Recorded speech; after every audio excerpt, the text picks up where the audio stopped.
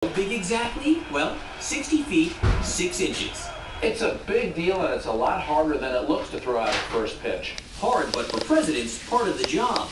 Every president since William Howard Taft in 1910 has thrown out a first pitch. The most famous in recent memory, Yankee Stadium 2001, just after September 11th.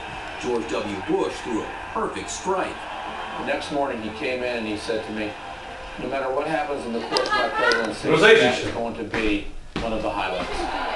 Not on his highlight film, this pitch in Milwaukee, putting him in a first pitch Hall of Shame, along with the likes of actor Mark Wahlberg, singer Mariah Carey, With great footwear, and 9-time gold medalist Carl Lewis. So how does someone avoid such indignity? I decided to dust off the old cannon in Pawtucket, Rhode Island, home of the Red Sox AAA farm team. Just throw it all the way to home and actually get it to home or in the general vicinity, so that's always a plus. Catcher Mark Wagner gave me some tips. What about the tongue? Why get a tongue or anything? Yeah, get the tongue out there. Yeah. Now we're talking.